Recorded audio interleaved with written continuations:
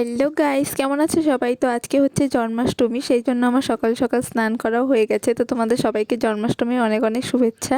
তো এখন যাচ্ছি বাজারে আমাদের গোপুর জন্য ড্রেস কিনতে। তো এই যে চলেও এসেছি, তো দেখছিলাম কিছু ড্রেস, তারপর নিয়েও নিয়েছি, তো তোমাদের গিয়ে দেখাচ্ছি। তো এই যে এই দুটো আমি নিয়েছি, ছোট আর বড় গোপুর জন্য সেম সেম, আর এটা নিপা নিয়েছে, আর একটা বেলুনের প্যাকেটও এনেছিলাম। তারপর বড় গোপুর আবার ওই ড্রেসগুলো একটু ছোট হচ্ছিল বলে চেঞ্জ করে এগুলো এনেছিলাম। নতুন ড্রেস পরে গোপুদের রেডিও করে দিলাম, কেমন লাগছে জানিও। তারপর জেঠি এখানে পুজো দেবে, তাই ফল কাটছিল, আর আমরা আজকে সবাই উপোস ছিলাম। তারপর আমি আর নিপা মিলে বেলুনগুলো ফুলিয়ে ঠাকুরের ঘাটটা সুন্দর করে সাজিয়ে ফেললাম। তারপর সবাই একটু ফল প্রসাদ খেয়ে এখন আমি রাধা সাজার জন্য রেডি হচ্ছি। নিপা আমাকে সাজিয়ে দিচ্ছিল। তো তারপর এই যে আমার ফাইনাল লুক, ঘেমে টেমে একদম শেষ হয়ে গেছে ভিডিও করে। তারপর আমরা সবাই মিলে জেগেই ছিলাম আজকে 12টা অবধি, কারণ 12টার দিকে ঠাকুরকে অভিষেক করানো ছিল। তো তারপর অভিষেক করালাম।